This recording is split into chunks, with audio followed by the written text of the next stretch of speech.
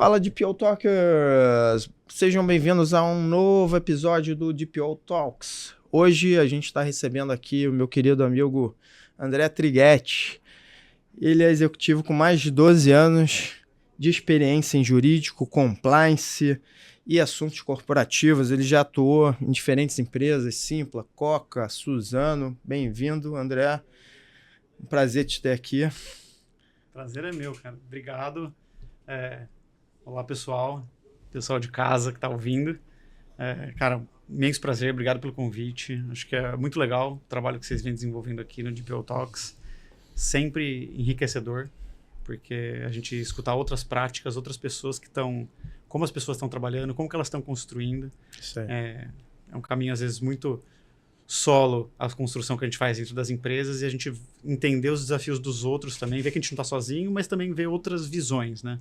A gente vem trocando muita figurinha aí ao longo do tempo também, então isso vem enriquecendo demais o debate e é muito bom estar aqui também, poder compartilhar um pouco da minha história, né? Todos os desafios, os perrengues, tudo que a gente vem, como que eu venho construindo e mantendo de pé aquilo que a gente vem se propondo a fazer.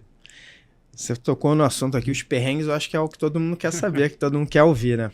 Mas eu acho que talvez, pegando um gancho nas tuas considerações iniciais, André, quando a gente está nessa posição, seja de DPO, seja como diretor jurídico, seja de compliance officer, a solidão, né? A gente está numa posição ali onde a gente tem que orientar, a gente tem que fiscalizar, a gente tem que mapear processos, liderar, né, no final. E a liderança ali é uma função muito solitária. Como é que você lidava com essa solidão, né, por onde você passou? Né, você passou por muito tempo ali na Simpla, na Coca, né, na Suzano, não sei se em posições de liderança, mas certamente na Simpla ali. Como é que você lidava com essa solidão? Com quem você trocava? Que ferramentas você usava para nortear as tuas decisões? Realmente, a liderança é um lugar muito solitário mesmo, principalmente quando você acaba sendo o número 1 de determinada frente, né? Então, por exemplo, no jurídico, ali na Simpla, olhar para cima era olhar para CEO, que não tinha uma formação jurídica. Então, eu buscava muito em benchmark, então conversar com pares, colegas de fora, melhores práticas, livros, mas principal, especialmente, quebrar um pouco esse mito do líder que tem que saber tudo, né?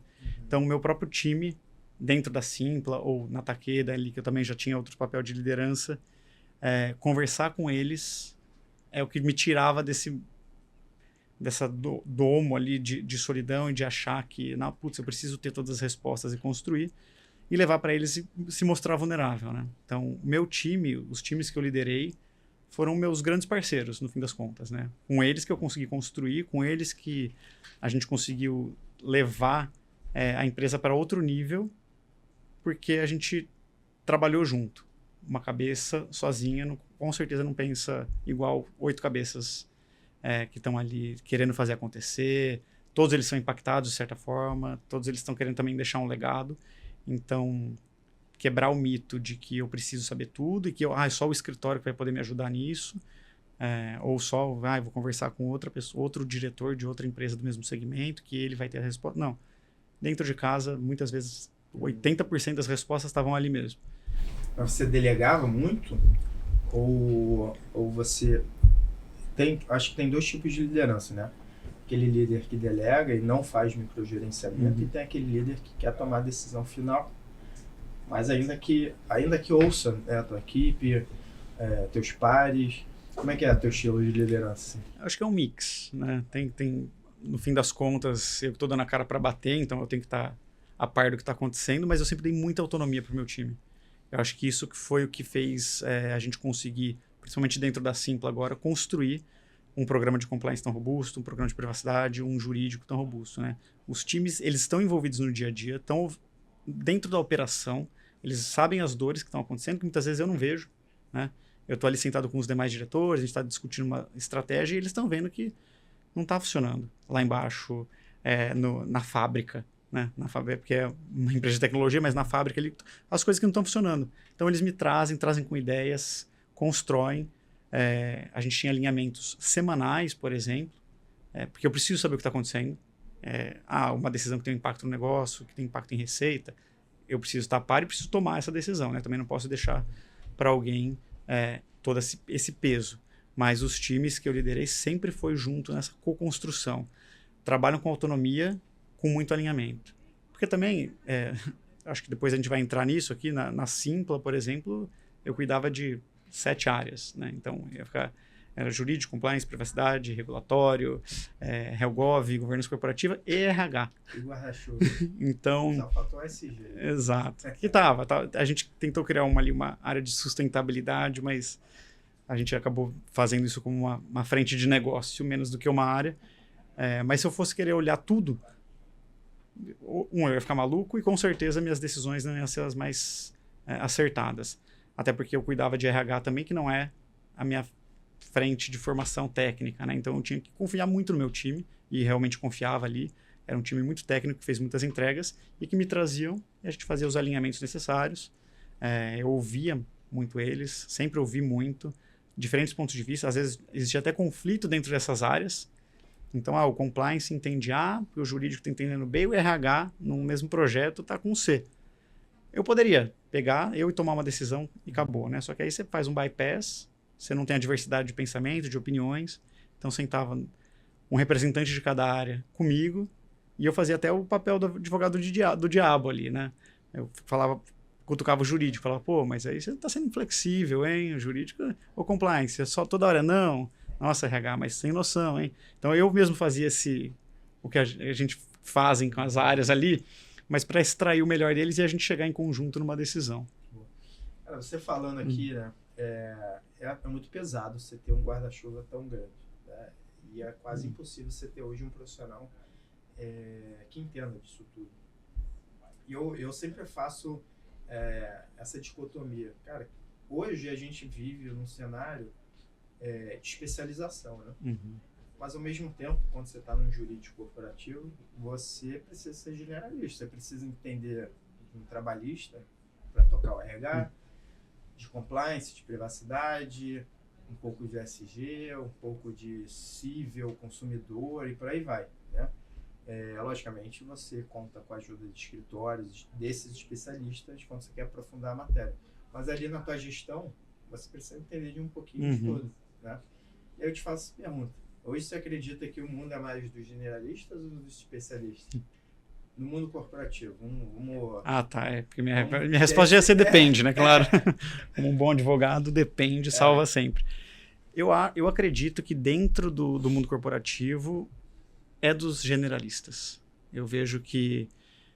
e eu digo generalista, a gente tem a ideia de falar, quando fala de generalista, de alguém que sabe um pouquinho de tudo do direito. Mas eu vou até além disso, né? Se você está dentro de uma empresa, você tem que saber um pouquinho do direito, você tem que saber um pouquinho da operação, você tem que saber um pouquinho de tecnologia, você tem que saber um pouquinho de RH, você tem que entender tudo isso para você realmente conseguir dar uma decisão acertada e proteger o negócio, né? Que é o fim do que o departamento jurídico está ali. Mitigar riscos, proteger acionistas, funcionários. Se você não conhece o que está acontecendo, se você não sabe quais são os perrengues e as dores do time comercial, se você não sabe o que o marketing está pensando, se você não sabe o que o time de produto e tecnologia está desenvolvendo, e se você não entende o que eles estão fazendo, você não consegue dar uma decisão acertada, você não consegue fazer um contrato by design ali para aquela necessidade específica, você não consegue criar um programa de compliance que, ao invés de engessar a sua empresa, ela vai, pelo contrário, tracionar e empurrar, garantir que ela consiga. Então, eu iria nessa expansão de generalismo. Você tem que saber um pouquinho de tudo. Eu gosto muito daquele conceito do profissional em T, né? Que você tem um nível de profundidade. Aqui eu iria profundidade no jurídico, então você tem que entender profundamente, de certo modo, do seu tema. E a barra horizontal ali é o negócio. Então, você no teu LinkedIn, quem não acompanha aí o André, acompanha lá, ele traz insights maravilhosos, né? Os desafios do jurídico e do compliance, e de privacidade, mas os textos são muito bons. Mas eu sou leitor voraz de seus posts e você fala muito sobre o jurídico como parceiro estratégico, né, do negócio. Eu acho que também ficou muito presente aqui nessa tua fala. Como é que você indicaria para quem está ouvindo transformar de fato o jurídico como parceiro de negócio? Ele tem que estar desde o início? Como é que ele se faz presente nas decisões estratégicas?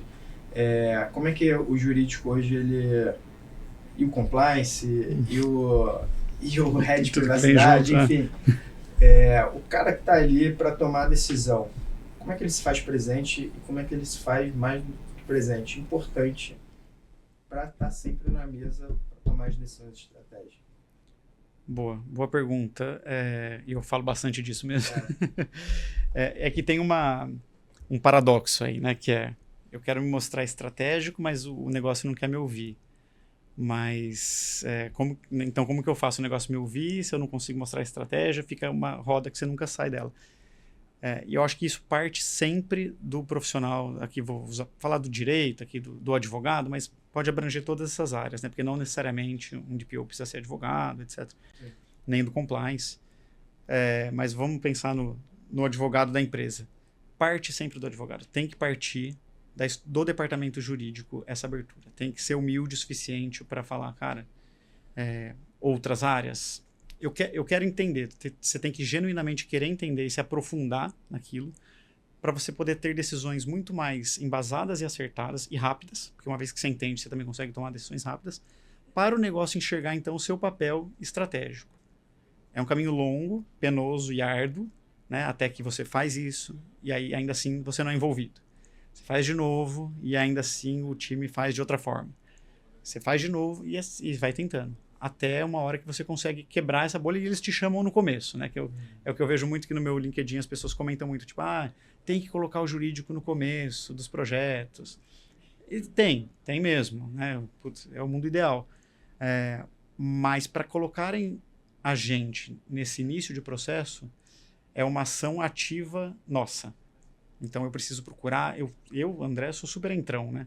Então eu estava no escritório andando, escutava alguém falar alguma coisa, opa, o que vocês estão falando? Mas por que isso? E por que não sei o quê? Tem que ser cara de pau. Tem que ser cara de pau, cara. Você tem que ir e você tem que agregar, a partir do momento que te colocam nessa posição, você tem que agregar valor.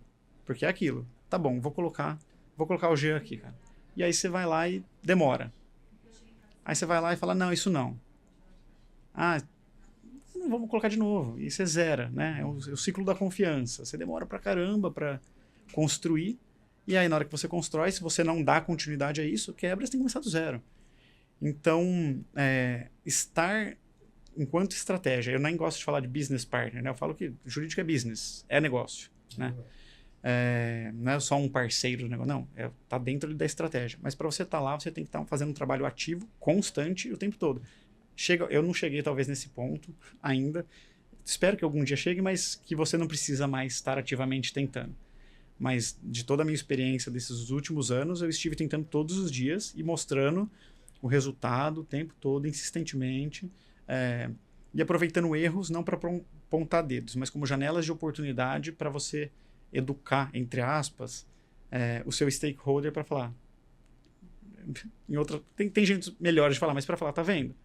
Se você tivesse me envolvido aqui, eu teria te falado que seria assim, assim, assado, e a gente não estaria tendo essa discussão. É um antecipador de risco, né? Exato.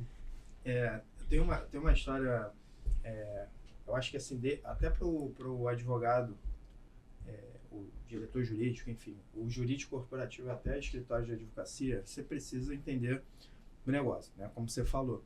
Tem uma história muito boa, eu estava com um cliente do setor minerário, e aí a reunião era para falar sobre uma demanda judicial que a gente tinha.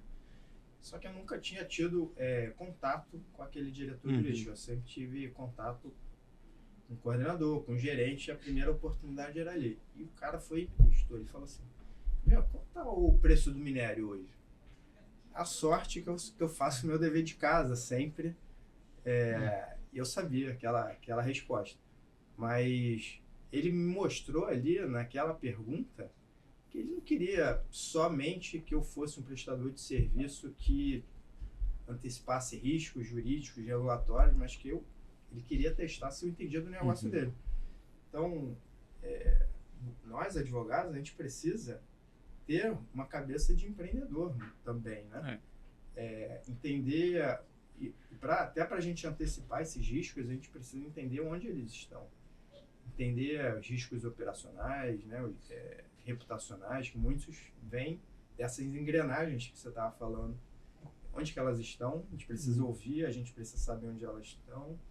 Então, o advogado que só está pensando na lei, como interpretar a lei, eu acho que ele está fadado a um insucesso, né? Ele vai sumir do mapa. E agora, ainda mais, quando a gente está vivendo uma revolução tecnológica, com a introdução da inteligência artificial, onde todas as informações estão na palma das nossas mãos, né?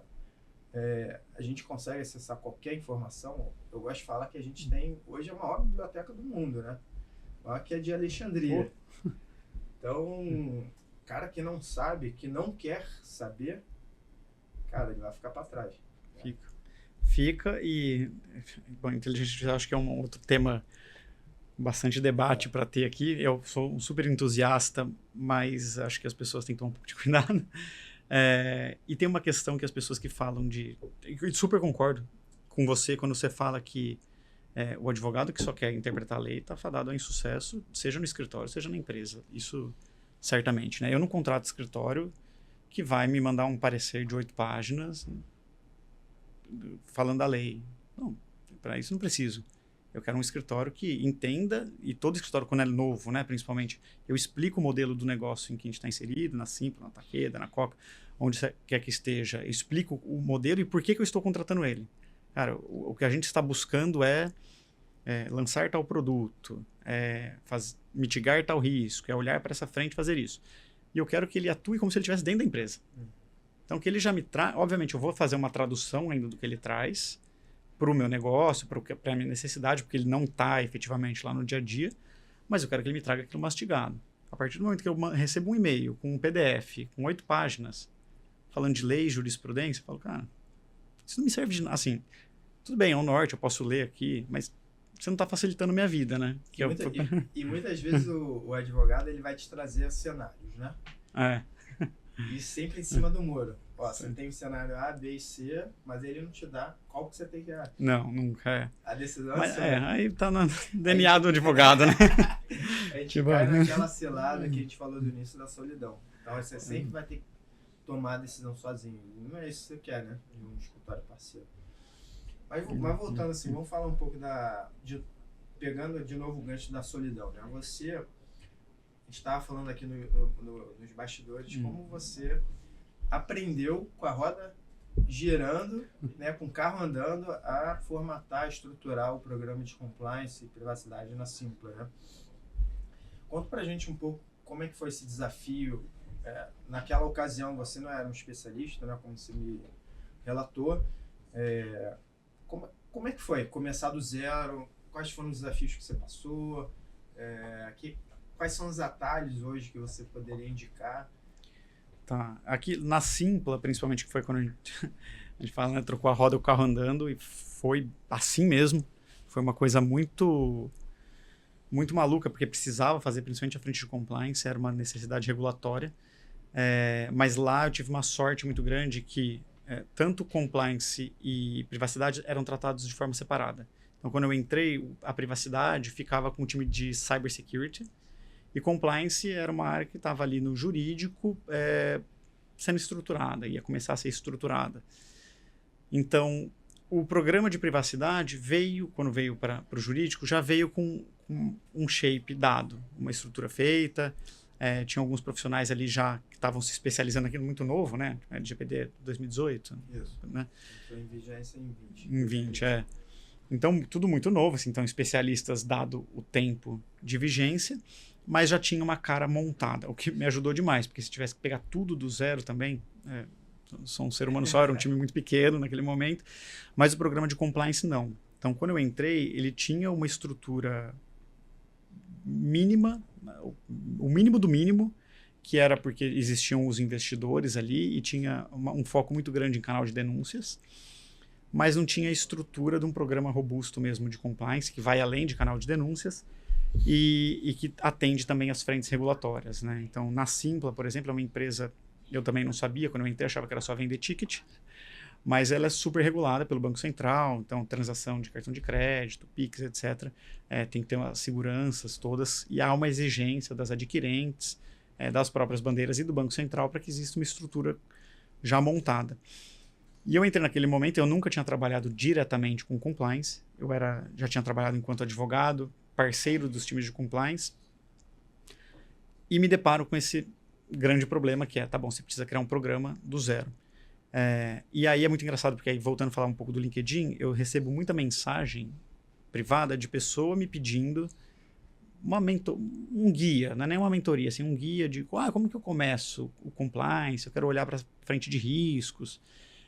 E eu sempre falo o que eu fiz. Eu falo, olha, lá em 2021, o que eu fiz, que eu acho que ainda funciona, para quem quer pelo menos ter uma noção, na internet tem muito conteúdo. Muito conteúdo. Tem sempre o benchmark que você pode fazer e é aquilo, né? Então, quem que já está fazendo direito?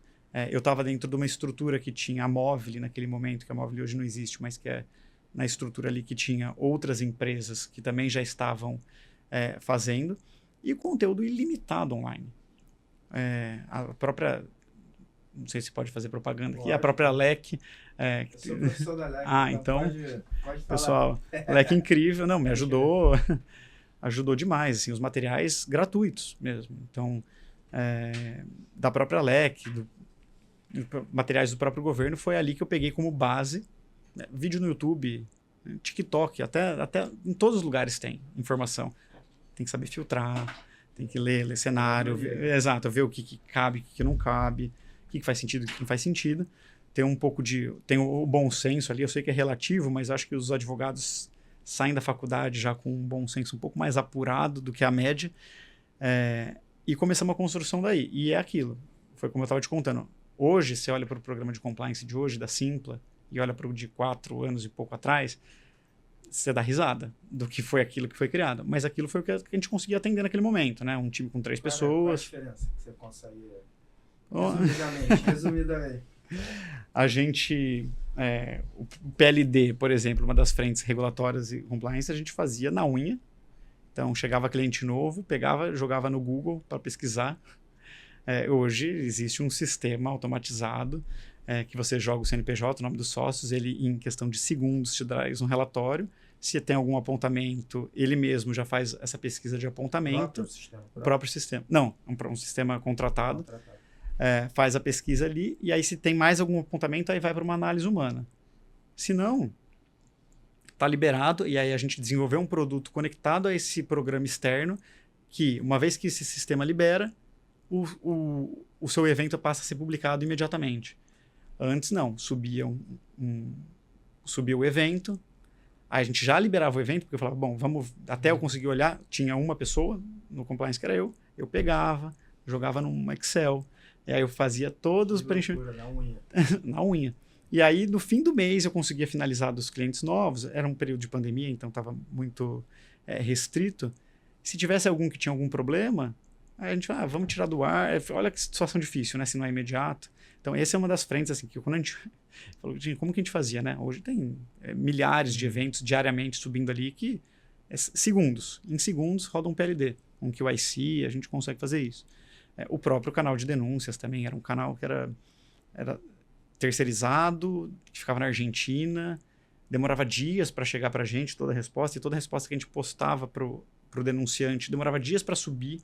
E aí a gente trocou, então, para um sistema próprio. É muito ruim, né? Perde a confiança, perde a credibilidade. Então, a gente também subiu lá um sistema que você não conseguia subir documentos. Então, tinha um e-mail que você enviava, que ia para a Argentina, e eles me mandavam para mim, o e-mail com a documentação. Era muito ruim. E é isso, perde a confiança, você perde a confiança no todo, mesmo que seja uma pequena parte do compliance. Mas aí você fala assim, o compliance não funciona. Porque o canal de denúncia, você até na tua fala ficou muito forte isso, né? Era uma exigência, né, dos investidores, mas ao mesmo tempo o canal de denúncia, quando a gente pensa num cenário mais macro, ele é o principal instrumento, né, de um programa de compliance. E eu nem digo que são as políticas, mas o canal de denúncia. Se você não tem um canal de denúncia que ele é efetivo, cara, esquece qualquer programa de compliance bonitinho para inglês ver. Eu tenho política, mas se o canal não funciona, cara, qualquer procedimento que está ali na política, ele vai para o ralo, né? O canal de denúncia, ele precisa ser efetivo para você ter confiança, né, dos seus colaboradores, ou enfim, precisa ser anonimizado, principalmente. Com certeza. Não ter retaliação, que muitas vezes tem, né? Eu já vi muitos casos de empresas que recebem a denúncia, vai investigar e o cara é demitido, por incrível que pareça. E isso tudo forma cultura, né? A cultura da integridade. Então você tem que ter um instrumento muito efetivo para fazer dar certo, né? Uma coisa que a gente fez lá, que foi um pensamento que eu levei, que vinha da minha cabeça mesmo, que é eu preciso fazer o mais, eu preciso ir um pouco para o extremo, e eu fiz isso com compliance, e aí eu vou soltando as rédeas aos poucos, né? Então foi um movimento que a gente fez de fortalecer demais o compliance. Então, regras, procedimentos, políticas, treinamentos muito fortes, né, para criar essa cultura de compliance. E aí eu falo, tá, onde eu consigo, entre aspas, afrouxar, porque realmente, para o modelo de negócio, não precisa das regras tão fechadas, tão robustas. A gente tinha regras de banco. Chegou no momento que a gente criou regras de banco. E aí a gente foi olhando, não somos um banco. Então, como que a gente consegue chegar no tempo, né, para garantir agilidade, garantir segurança, tá dentro das normas e fazer. E isso aconteceu com o canal de denúncia, que a gente fortaleceu tanto o canal de denúncia que virou, isso foi antes de eu entrar no RH, mas virou quase que um canal para o RH. Então, mais do que uma denúncia, chegava muita reclamação lá. E eu falava, não tem problema, eu prefiro filtrar. Sim. Né? É igual na crise, né? O que é um incidente que pode virar uma crise? Se você está na dúvida, traz para o comitê de crise. Aí o comitê de crise vai falar se é ou não é, se for, a gente trata. Então, a gente fez esse fortalecimento, choveu denúncias, mas aí tinha até denúncia de cliente, aí começou a aparecer tudo quanto é coisa, gente querendo, eu quero pagar meus dados da Simpla, então tinha um pouquinho de tudo, mas olhando internamente apareceu muita questão que era claramente questões de RH, que deveriam ser resolvidas pelo RH, pela liderança, que não extrapolavam o compliance, e aí a gente começou a fazer esse filtro, e aí, em cima desse todo muito grande, educar as pessoas até para diminuir um pouco, né?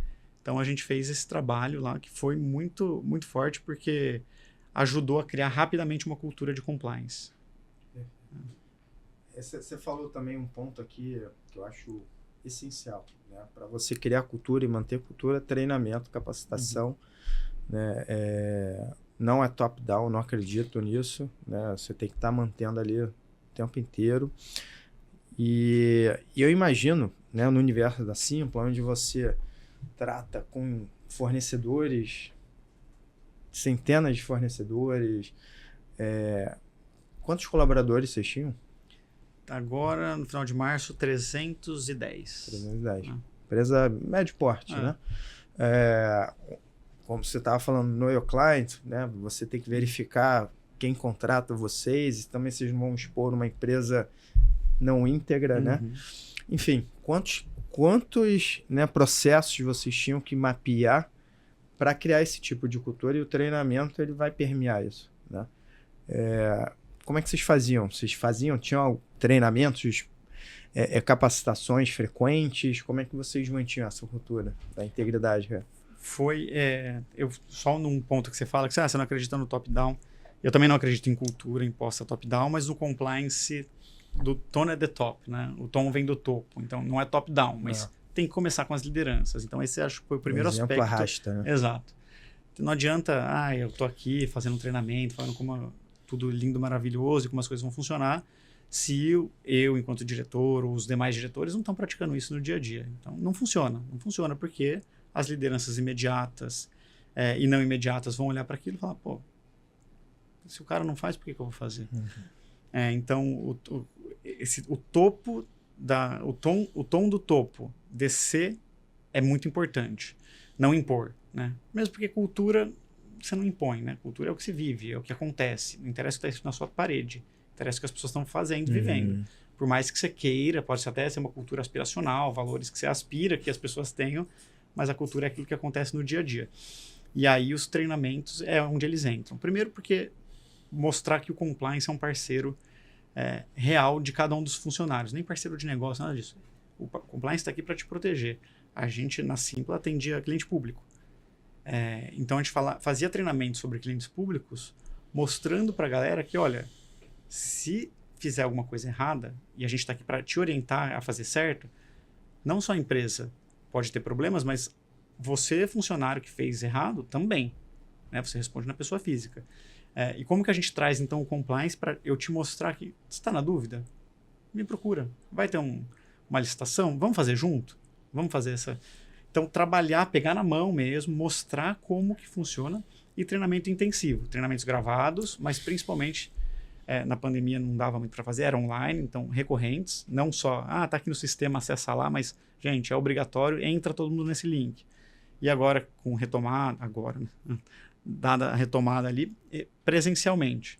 Porque aí não tem, né? Você está ali no Teams, você está no WhatsApp, não tem isso. Você está presencialmente, todo mundo sentado ali, o pessoal participa. Na hora que as pessoas entendem como isso protege elas, mais do que a entidade CNPJ, elas se interessam e começam a trabalhar isso também. E aí, aquilo que a gente falou, você tem que dar respostas rápidas, o canal de denúncia tem que funcionar se tiver alguma questão, o chefe tem que estar pregando a mesma coisa que está sendo falado.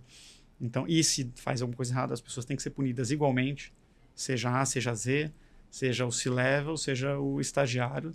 Vocês já passaram por alguma investigação ali? De assédio, por exemplo? Passamos. Como é que foi? Você pode falar? Não, sem falar nomes, claro. Confidencialidade total. Mas falar da experiência, que eu acho que vale a gente contextualizar aqui, né? A gente está falando de uma área que é muito nova. Né? A gente tem a lei SOX nos Estados Unidos 2002, a lei de corrupção no Brasil 2014, então basicamente 10 anos no Brasil, né? Onde o compliance está se tornando efetivo. Por outro lado, a gente também está vivendo cada vez mais comum, né, denúncias. A gente está falando aqui de canal de denúncias, mas as pessoas já estão se acostumando a denunciar. Né? E o assédio moral, o assédio sexual tem se tornado cada vez mais comum dentro de todas as organizações. Eu tenho uma opinião forte, talvez. O sexual nem se discute. O moral, ele é muito subjetivo, né?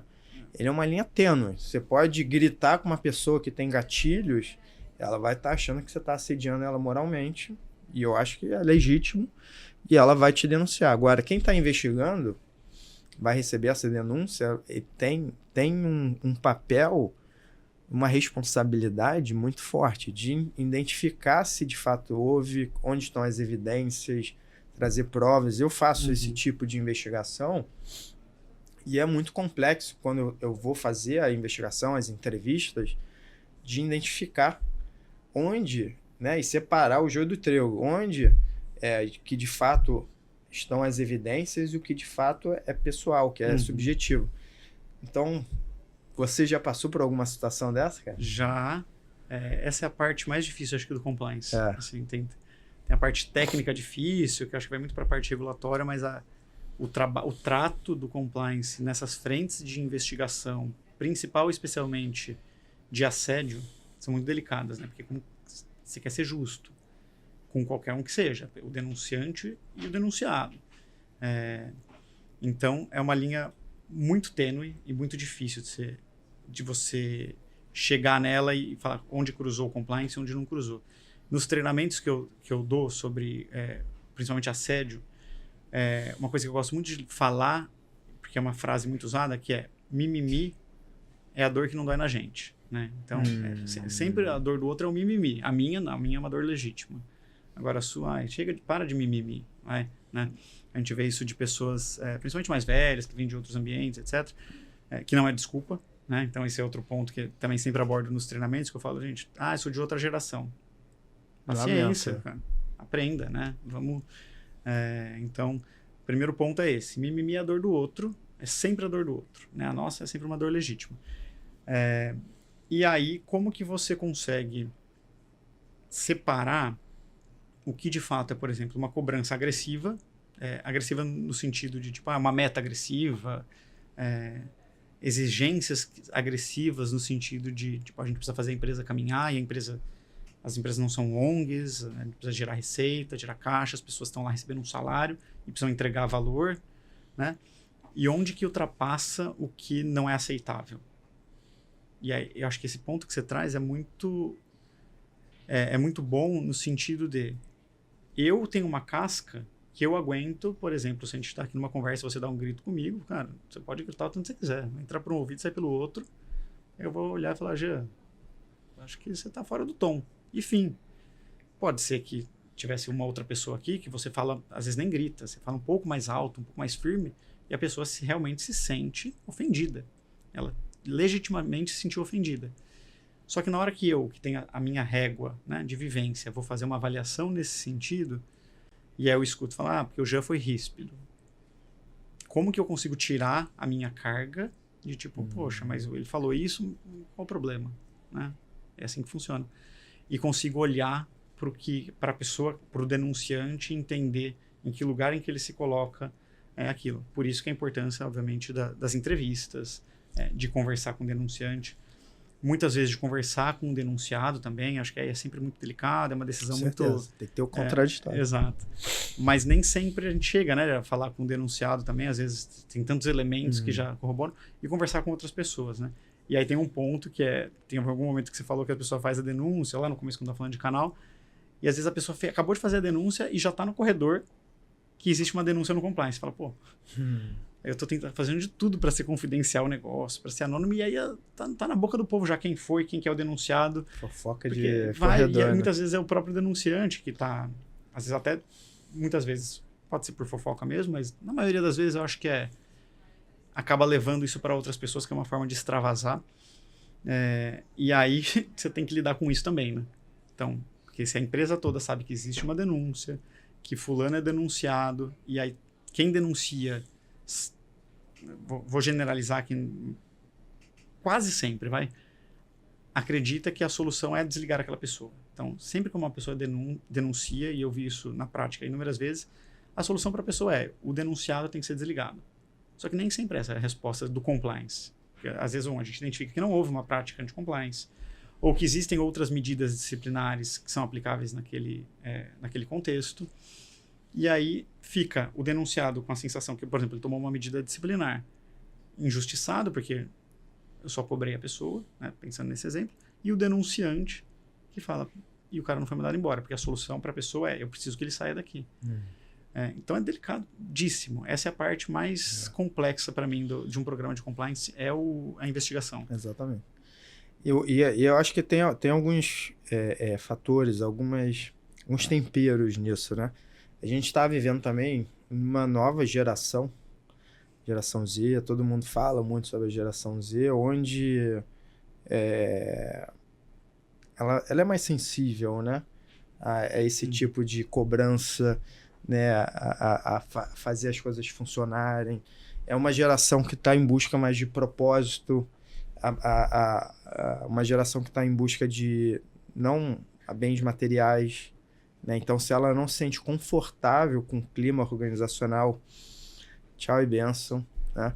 Então, você também saber lidar com essa nova geração, você colocou, né? Porque a gente também não pode fazer aqui um etarismo, né? Mas na outra ponta, os novos líderes, principalmente os líderes de compliance, precisam entender, né, essa nova geração e como lidar com ela. E é uma geração muito sensível. Como é que você lida com essa? Então, mas eu acho que assim, é uma área, eu acho que, resumindo, está em ebulição, né? Ela está em consolidação, as pessoas estão entendendo a importância também de denunciar. Tem muitas pessoas que têm medo de retaliação e não denuncia, sofre calada.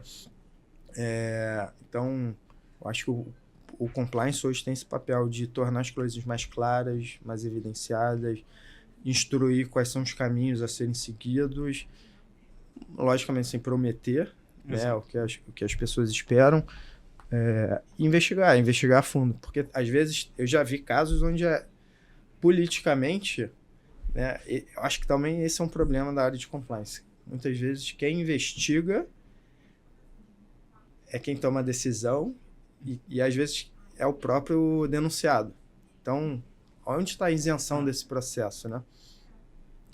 Então, as coisas ainda ficam Eu bagunçadas. acho que a ideia, se for pensar enquanto compliance, é que nem chegue ao ponto de precisar uma denúncia existir, né?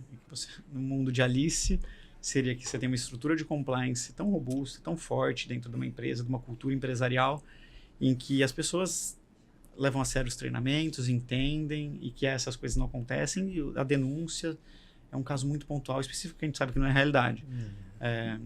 Então, já que existe esse cenário, entra muito nisso que você falou, tá bom, como que eu toco isso então, né? Mas o ideal seria mesmo que não precisasse chegar nesse ponto, né? Que os treinamentos e políticas internas fossem capazes de prevenir esse tipo de questão dentro das empresas.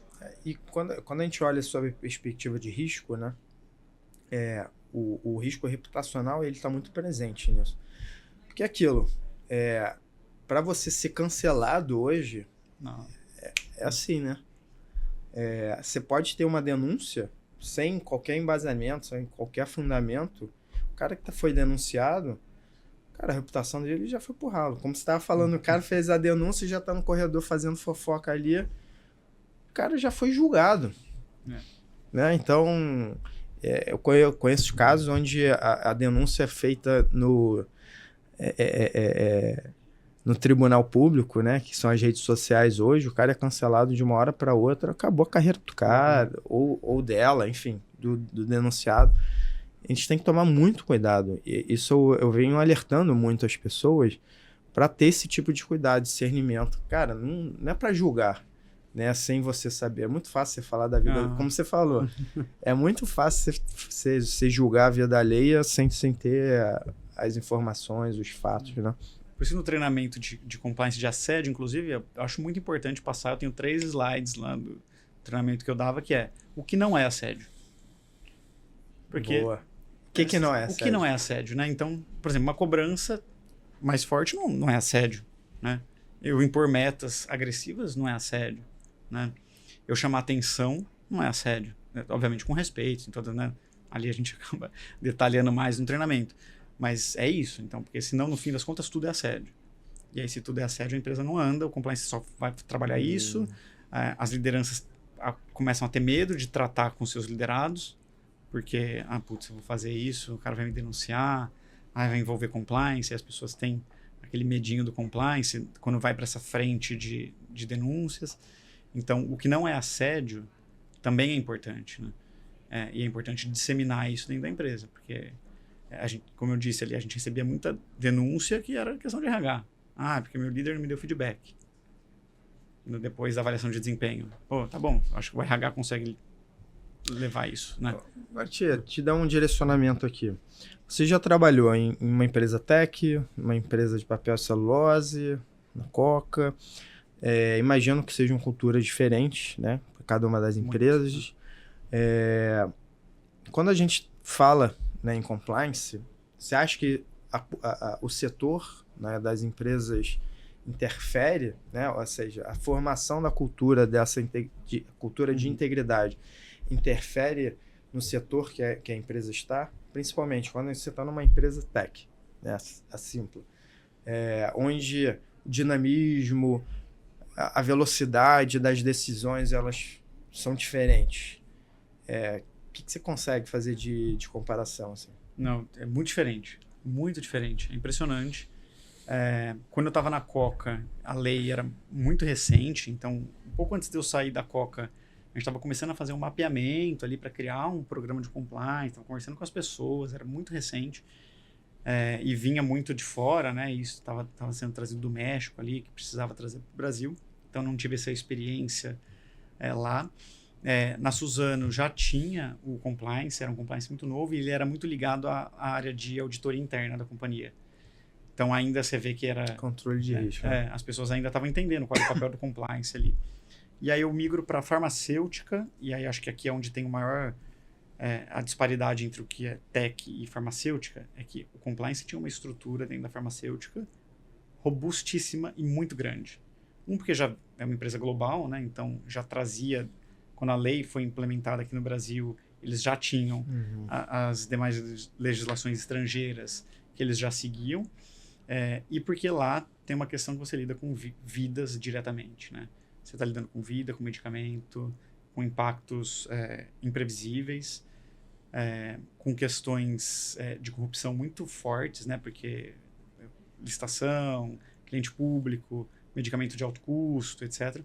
Então, lá tinha uma estrutura de compliance tão robusta, tinha diretoria própria de compliance, times dedicados para cada uma das frentes ali,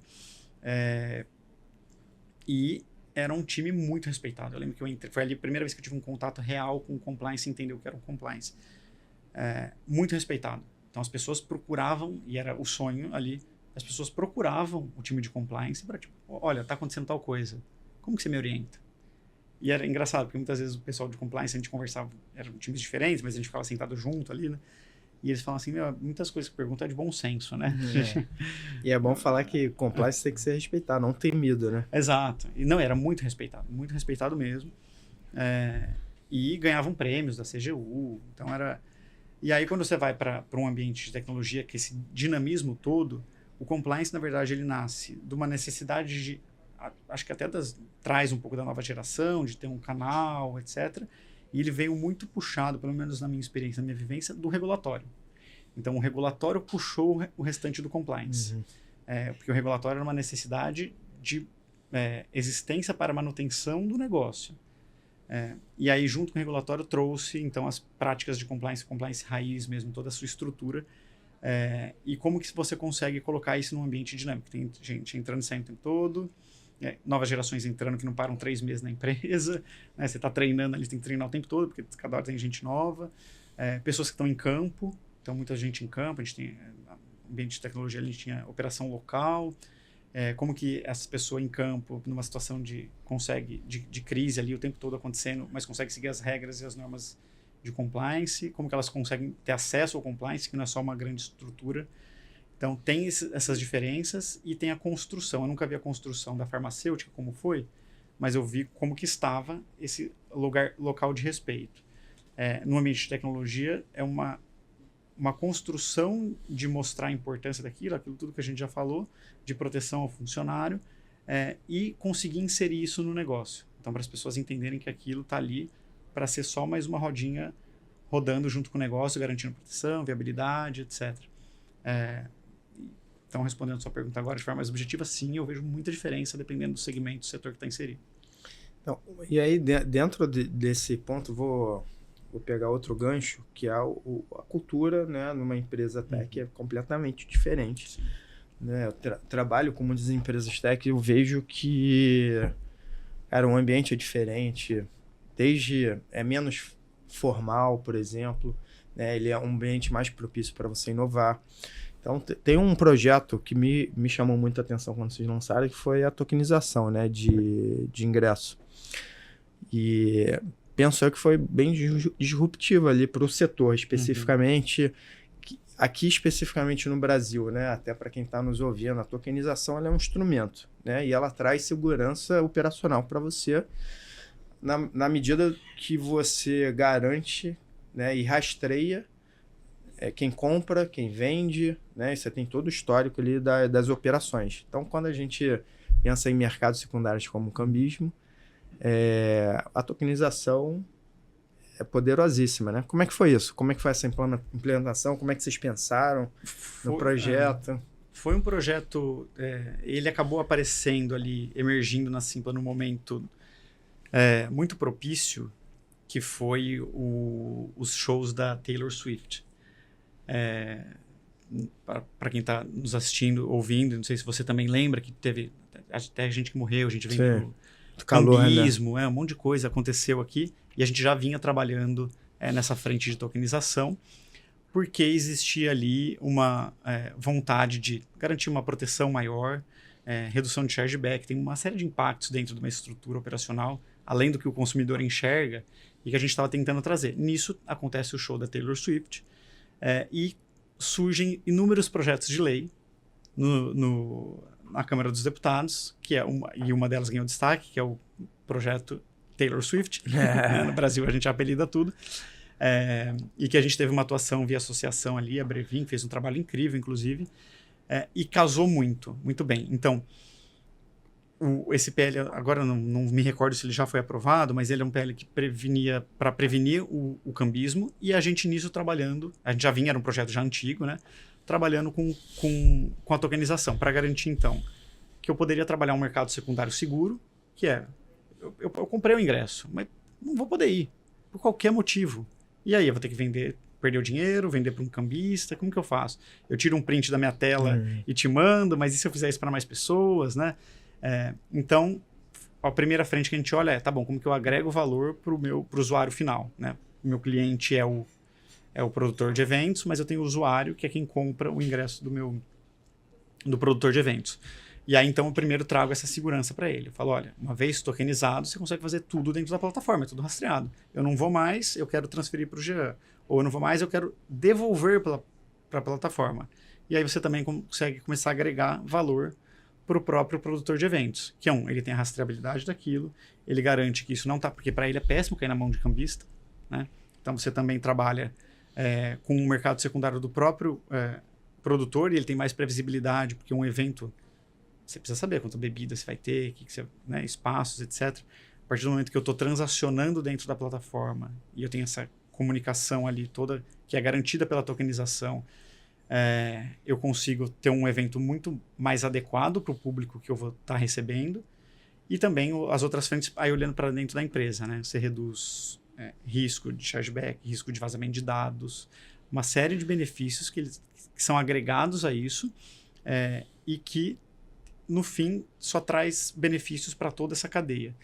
É um projeto gigantesco, né? Ele não é simples de implementar, foi um projeto muito discutido mesmo, porque como que a gente consegue subir isso numa plataforma, testar os eventos, a gente não vai parar nenhum evento para fazer isso, né? Então a gente tem que começar a colocar isso dentro dos eventos, e como que a gente gera valor, e aí tem uma questão de gamificação, que ele permite que você consiga gamificar o seu ingresso. Então hoje, se você comprar, tem alguns ingressos que você compra na plataforma, e aí você tem você consegue. Antigamente a gente pegava o ticket, né, em papel, as pessoas colavam no caderno, ou colocavam num quadro, e aí hoje você fica com o selinho dourado, que a tokenização permite você fazer uma série de coisas com o seu ingresso online, né?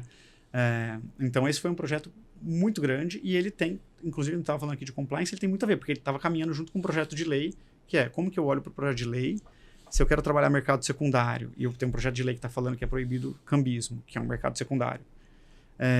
Como que eu consigo, dentro da nova regra que está sendo estabelecida, trabalhar isso dentro de uma plataforma de uma forma segura e garantir que os usuários estão tendo acesso a de segunda mão, né, pelo mesmo preço. Porque o projeto de lei tinha uma série de proibições de overprice, etc. Então, a gente foi trabalhando junto com o projeto de lei, e o projeto de lei surgiu no momento que a gente estava começando a trabalhar a tokenização. Então, ele foi todo construído, já olhando para a legislação, que até pouco tempo não tinha sido ainda aprovada, né? No Brasil acontece muita coisa. Isso estava em pauta de urgência, acabou saindo, mas que também foi construído em cima disso, e aí traz esse valor agregado. Você falando, né, fica muito claro os benefícios de você tokenizar qualquer ativo físico, né, colocar ele no digital. Mas é impressionante a quantidade de preconceito hoje que a gente tem. Não é nem preconceito, é ignorância mesmo, de não entenderem esses benefícios, né? Eu assessoro projetos de tokenização, até elaboração de contratos inteligentes.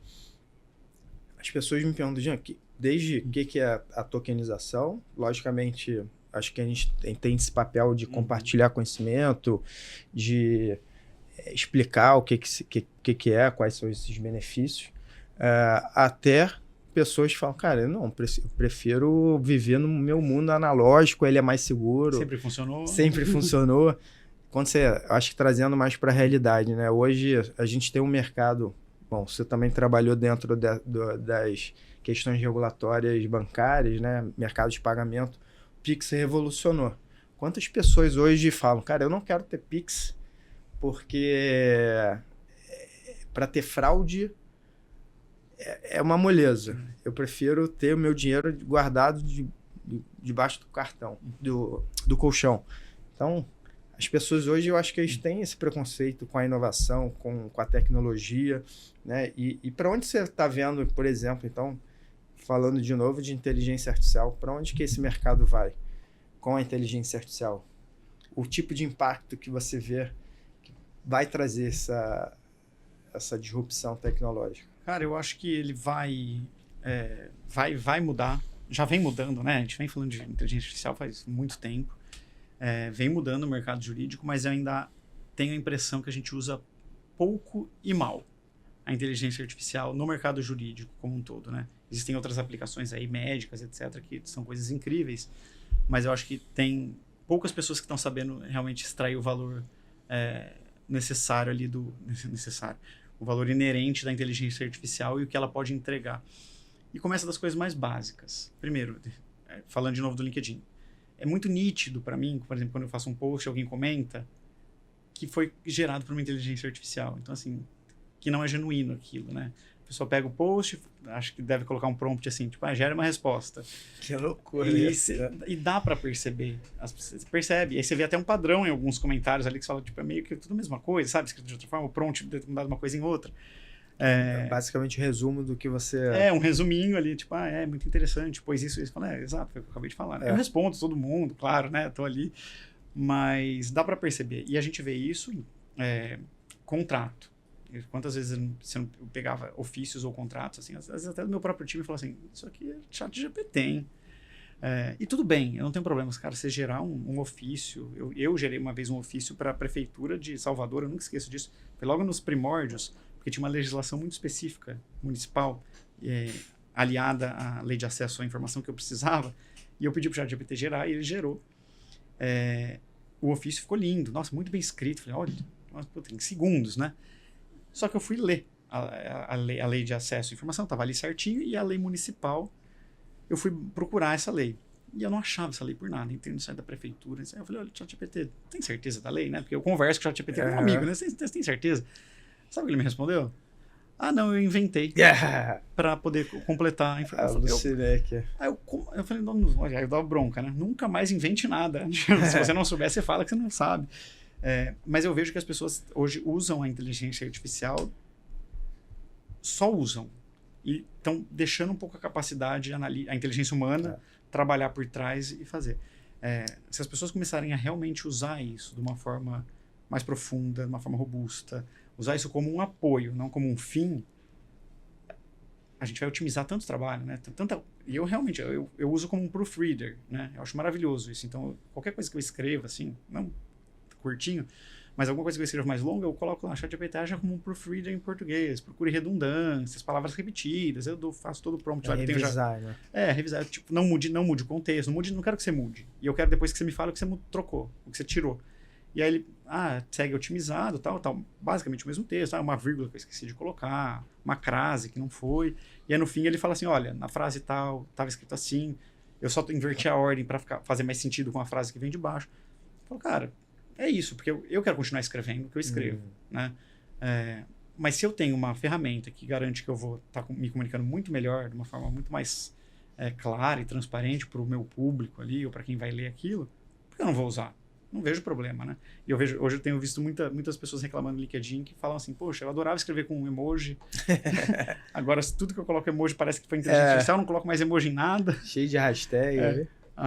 Então, mas é uma ferramenta poderosíssima que ainda vai... O mercado jurídico, eu acho que ainda está muito para trás. A gente ainda está falando de CLM, Legal Techs, assim, que estão...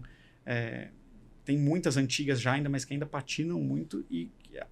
De modo geral, esse é um mercado atrasado, eu vejo. Diferente de marketing, por exemplo, que já usa ferramentas avançadas há muito tempo. Mas que a inteligência artificial vem agora para colocar um pouco o pé no acelerador disso. Para o advogado facilitar pesquisa, procura, revisão, tarefa, otimização. A gente sabe o quanto o nosso tempo é precioso, né? E quanto que a gente consegue usar isso a nosso favor. Então... Esse ano, né, 2025, é o ano dos agentes, né, de IA. Então, eu vejo a importância hoje de você treinar o machine learning, né, das inteligências artificiais para o teu propósito.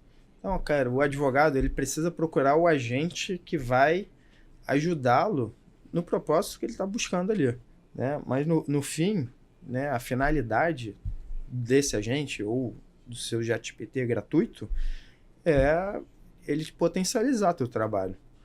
Então, não é ele te substituir, ele te potencializar. Se você deixar ele te substituir, você também vai ficar obsoleto em algum momento, né? Porque de tanto usar aquela ferramenta, você vai perder a tua essência, a tua capacidade analítica. Exato. E eu fico pensando, a gente foi criado num ambiente em que a gente tinha que... Eu procurei muita coisa na enciclopédia, né?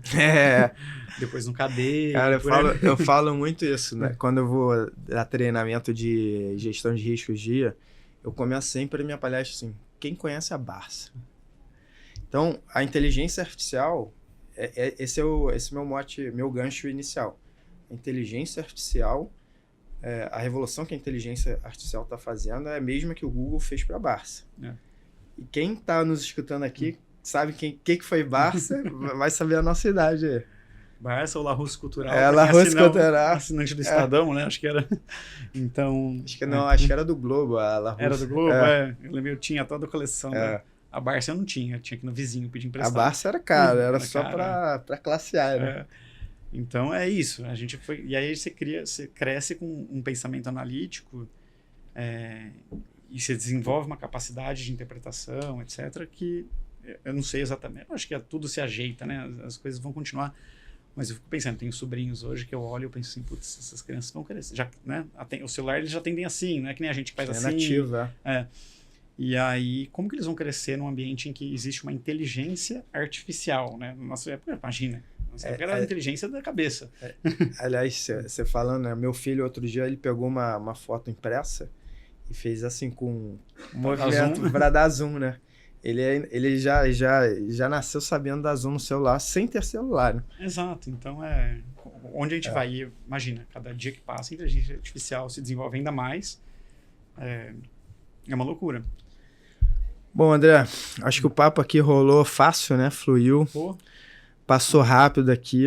Então, obrigado aí pela tua participação, cara. Eu acho que a gente tocou em assuntos aqui sensíveis, importantes. Quem vai escutar a gente aqui, eu acho que não vai se sentir sozinho. Acho que a função, nosso propósito hoje foi um pouco disso. Palavras finais? Cara, mais uma vez agradecer você, todo o time, a equipe que está aqui também assessorando em tudo. Muito legal, papo muito fluido. Pessoal, espero que gostem também. Dúvidas, questões, comentários, também podem me procurar, André Driguetti. Faz a publi aí. Faz a publi, Me sigam lá no Instagram, eu não sou muito ativo, @AndréDri, mas é fechado e eu não posto quase nada. Mas no LinkedIn é André Driguetti, D de dado, R-I-G-H-E-T-T-I. É complexo, mas vale a pena. O teu nome vai estar aqui, ó. Vai aparecer no aqui, subtítulo. Então, é isso aí. Esse é meu nome, pessoal. Me procurem lá, vamos trocar ideia. Eu respondo, eu demoro às vezes no inbox do LinkedIn, mas eu respondo todo mundo. Acho que é uma meta que eu tenho para mim, por mais que eu responda até quem está me vendendo o serviço, eu respondo todo mundo, mesmo que eu não queira. Então, pessoal, trocar ideia, acho muito legal, gosto de trocar esse papo aqui, essa troca só aqui, putz, a gente já tinha conversado antes, muitas coisas, e aqui surgiu coisa que a gente nem tinha falado ainda, né? Então, cara, mais uma vez agradecer, brigadão, e espero que o pessoal de casa goste. Boa, com certeza vai gostar, André. Pessoal, quem está assistindo a gente, não esquece de curtir o nosso sininho, acompanhar a nossa página no YouTube. Esse episódio vai ficar disponível aí em breve. André, obrigado. Foi uma honra receber você aqui. Eu que agradeço. Obrigado aí pelo papo, cara.